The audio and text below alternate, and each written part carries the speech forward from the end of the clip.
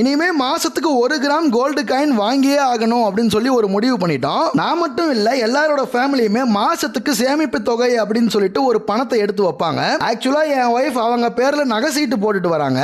இன்னைக்கு நகை சீட்டு போடுறதுக்காக நகை கடைக்கு வந்திருந்தோம். என் ஒய்ஃப் எனக்காக பிரேஸ்லெட் ஒன்னு சூஸ் பண்ணியிருந்தாங்க. இந்த பிரேஸ்லெட் உங்களுக்கு அழகா இருக்கு, வாங்கிக்கோங்க அப்படின்னு சொன்னாங்க. நான் நகை வாங்குறேன் அப்படின்னா சேவிங்காக தான் வாங்குவேன். அதுவும் நகையா வாங்க மாட்டேன், கோல்டு காயினா மட்டும் தான் வாங்குவேன். கோல்ட பத்தி விவரம் தெரிஞ்சவங்களுக்கு தெரியும். நீங்க கோல்ட இன்வெஸ்ட் பண்ணணும் அப்படின்னா கோல்ட நகையா வாங்குறதை விட கோல்டு காயினா வாங்கிட்டீங்க அப்படின்னா காயினுக்கு செய்கூலி சேதாரம் மிச்சமாகும். உங்க இன்வெஸ்ட்மெண்ட் அப்படியே இருக்கும். உங்க ஃப்ரெண்ட்ஸ் யாராவது கோல்டுல இன்வெஸ்ட் பண்றேன், அதுக்கு நகையா நான் வாங்குறேன் அப்படின்னு சொல்லிட்டு இருந்தா அதுக்கு பதிலா கோல்ட காயினா வாங்கி சேவ் பண்ணி வைங்க அப்படின்னு சொல்லி இந்த வீடியோவை உங்க ஃப்ரெண்ட்ஸுக்கு ஷேர் பண்ணி சொல்லிடுங்க.